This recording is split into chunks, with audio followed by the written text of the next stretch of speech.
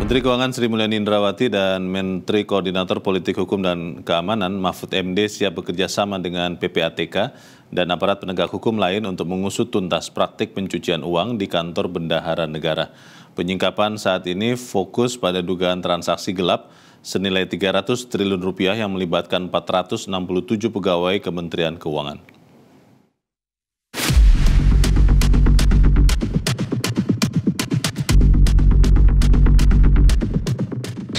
Heboh dana gelap senilai 300 triliun rupiah milik pegawai pajak dan bea cukai yang memojokkan Menteri Keuangan Sri Mulyani. Akhirnya terang benderang setelah Ketua Dewan Pengarah Komite Pengendalian Tindak Pidana Pencucian Uang Mahfud MD dan Menteri Keuangan Sri Mulyani saling membuka data terkait transaksi mencurigakan itu.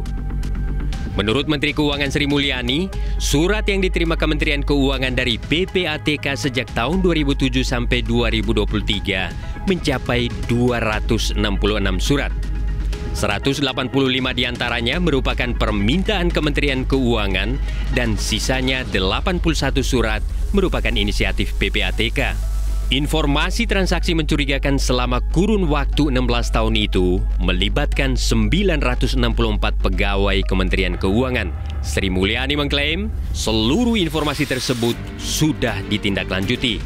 Antara lain dengan audit investigasi sebanyak 126 kasus dan rekomendasi hukuman disiplin terhadap 352 pegawai sesuai Undang-Undang ASN dan PP nomor 94 tahun 2021 tentang disiplin ASN, dan 86 informasi ditindaklanjuti dengan pengumpulan bukti-bukti tambahan.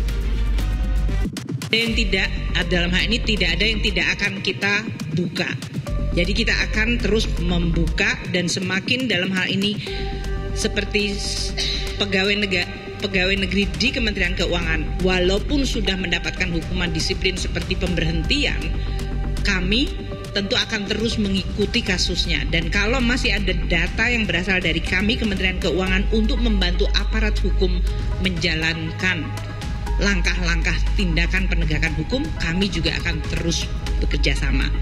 Sehingga apa yang terjadi dengan saudara RAT maupun saudara ED itu atau saudara lain yang disebutkan sebagai sirkus, monggo saya akan terus mendukung langkah-langkah dari penegakan hukum yang dilakukan oleh instansi aparat penegak hukum. Sementara Menko Polhukam yang juga Ketua Dewan Pengarah Komite Pengendalian Tindak Pidana Pencucian Uang Mahfud MD mengklaim mengantongi 197 laporan transaksi mencurigakan yang melibatkan 467 orang pegawai Kementerian Keuangan dengan total nilai transaksi selama periode 2009 sampai 2023 sebesar 300 triliun rupiah. Menurut Mahfud, sejak 2009 tidak ada tindak lanjut atas laporan tersebut yang mengarah pada tindak pidana pencucian uang. Karena itu, Mahfud meminta aparat penegak hukum menindaklanjuti laporan tersebut dengan Undang-Undang TPPU. Mahfud mengaku sudah mengambil 7 sampel dari 197 kasus yang dilaporkan dengan dugaan TPPU sebesar 60 triliun rupiah. Kalau semangatnya sama, tidak ada yang salah dari keterangan Bu Sri Mulyani dan tidak ada yang salah juga dari saya. Kita bicara satu ASN dan tugas mencegah korupsi di lingkungan kementerian. Saya bicara undang-undang tindak pidana pencucian uang yang itu kita buat dengan sadar karena korupsi itu hanya bisa mampu menyelesaikan sedikit. Sedangkan pencucian uang ini kejahatan luar biasa yang jumlahnya lebih banyak dari korupsi. Dan ini dibiarkan, terbiarkan bukan dibiarkan. Maka mari kita mulai sekarang, tidak ada masalah untuk itu. Salah satu modus pencucian uang yang kini tengah diselidiki KPK adalah menggunakan nama istri untuk kepemilikan saham perusahaan.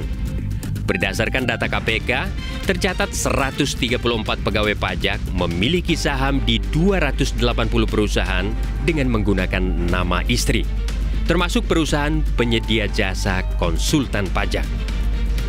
Tim Liputan Media Group Network.